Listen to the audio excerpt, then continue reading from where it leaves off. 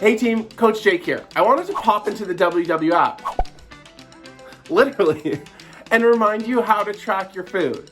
As soon as you open the app, you'll find yourself on the My Day page. And this is exactly where you need to be to track your food.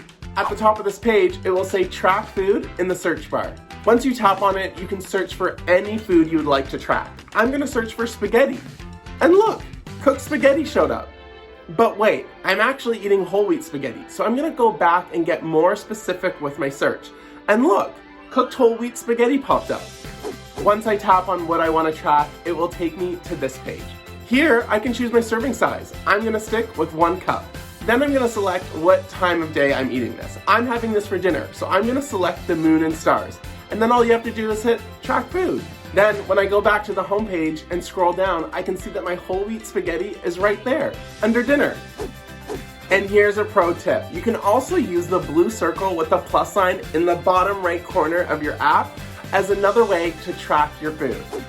Tracking is a key behavior that leads to weight loss success. And remember, it's about consistency, not perfection. Happy tracking!